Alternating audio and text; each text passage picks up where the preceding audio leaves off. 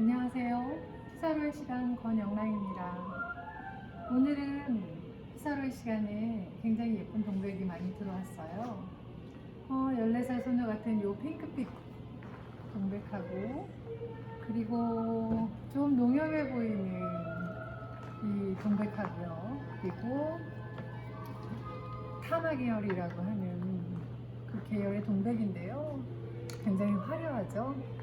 겹으로 장미처럼 크게 퍼지는 동백입니다. 그리고 수란이라는 특별한 이름을 갖고 있는 우아한 귀부인 같은 동백, 그리고 제 뒤쪽으로 저 빨간 쪽동백을 가지고 들어왔어요.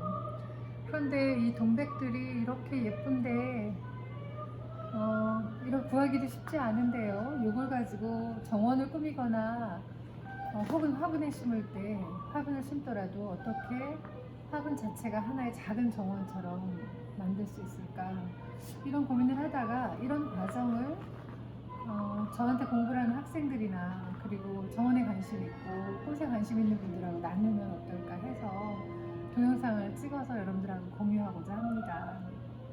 앞으로 이런 시리즈들은 반복해서 계속 촬영을 할 예정인데요.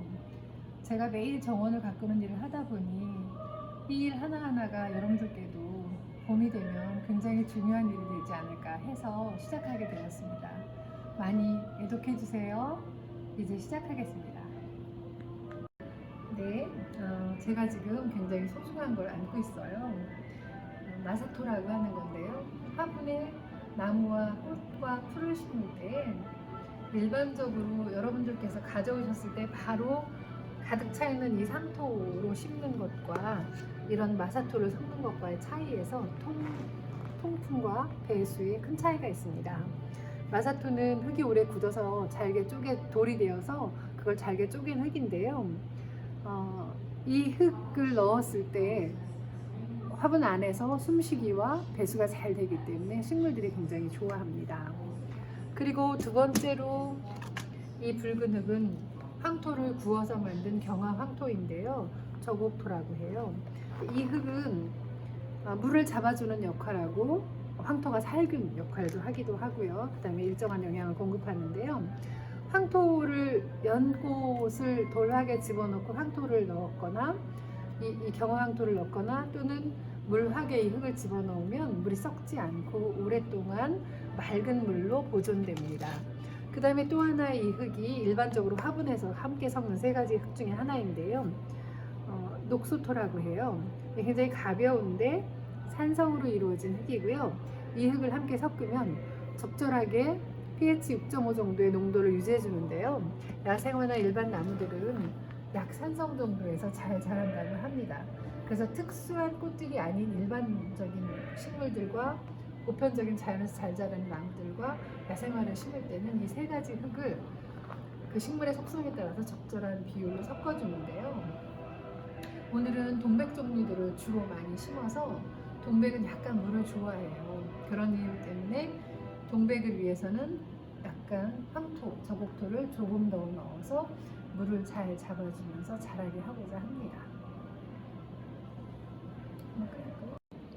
이제 이 동백을 위해서 이 넓은 평지 같은 화분에 작은 자연정원을 만들려고 하는데요. 그런 자연정원을 만들기 위해서 함께 섞을 소재들을 다듬는 작업을 보여드릴게요. 이 화분에 이 식물들을 함께 합식을 하기 위해서 보통은 이렇게 화분에서 꺼내어 이 흙들을 썰어줍니다. 아까 흙들이 특수한 흙을 활용한다고 설명을 했죠. 근데 그 흙들을 사용하기 위해서 기존에 있는 상토들을 적당하게 제거하고, 원래는 물에 다 깨끗이 씻어서 완전히 제거해 주기도 하는데요. 그렇게까지 안 해주셔도 요 정도 털고 저 흙을 섞어 가지고 함께 이 뿌리 사이사이에 저 흙을 집어넣는 작업을 해서 화분을 만들면 합식이 굉장히 자연스럽게 실제 정원처럼 만들어집니다. 끝. 작은 화분 작품을 만들 때 이렇게 식물들을 가져오시면 작은 떡잎들이 있어요.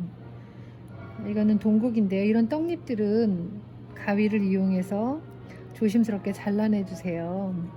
떡잎들을 제거할 때 손으로 뚝뚝 끊어내시면 그게 끊어지면서 줄기가 잘릴 때 신경이 찢어집니다. 해서 옆에 다른 줄기까지 손상시키는 일이 많이 있어요. 그래서 식물들을 자를 때는 항상 뜯거나 부러뜨리는 것이 아니라 가위로, 잘 드는 가위로 한 번에 싹 잘라 주시도록 하셔야 합니다. 그리고 애기별꽃도 역시 흙을 가지고 상토를 털어주고 적당하게 뿌리들을 잘 정리해서 함께 심기 좋게 털어서 정리를 해줍니다. 까다로운 야생화 분재 하시는 분들은 이걸 다 물에 씻어서 뿌리를 깨끗하게 하얗게 드러나도록 하시는데요.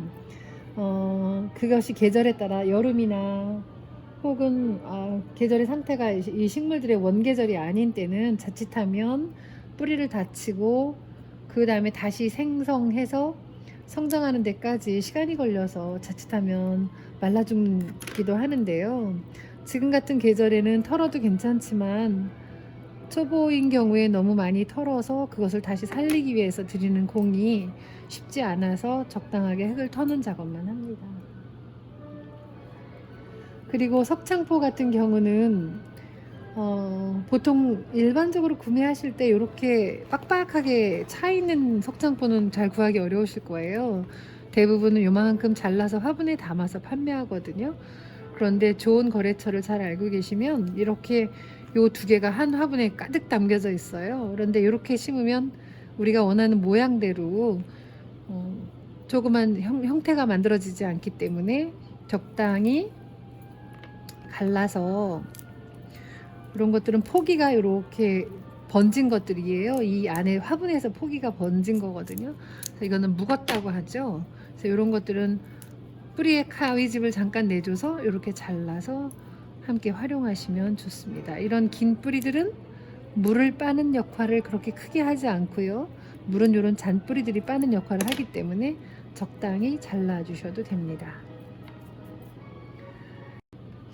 왜 이런 뿌리들을 정리하고 이렇게 포기를 쪼개주냐 하면 심었을 때 자연스럽게 한 결을 만들거나 풀의 질감들이 일정한 방향의 형태의 미를 갖추게 하기 위해서 함께 심기 좋게 하기 위해서도 그렇고요. 그리고 화분에서는 뿌리가 동글동글 뭉쳐 있어서 이렇게 무트르 뿌리가 내려와 있지 않아서 물을 빨아들일 때 물을 주면 자칫하면 바깥으로 흘러갑니다. 그래서 뿌리를 털어서 적당하게 사이에 흙을 집어넣고 물도 잘 흘러내려갈 수 있도록 이렇게 포기로 쪼개주고요. 그 다음에 식물을 다듬을 때 이런 떡잎들은 제거해서 나중에 심었을 때 심고 나서 떡잎을 제거해다 자칫하면 뽑히기도 하고 그러거든요. 그래서 떡잎들을 제거해주는 역할을 같이 합니다.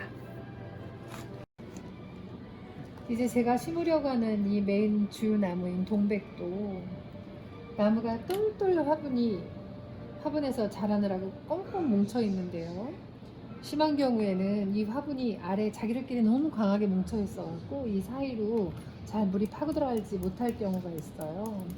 그래서 적당히 탁탁탁탁 털어가지고 가위집을 좀 내서 다시 자기들끼리 성장할 수 있는 틈을 만들어서 심으시면 더 건강하게 새 흙과 함께 자랄 수가 있습니다. 이렇게 잔뿌리들이 많이 난 것들은 건강하게 잘 자란 것인데요.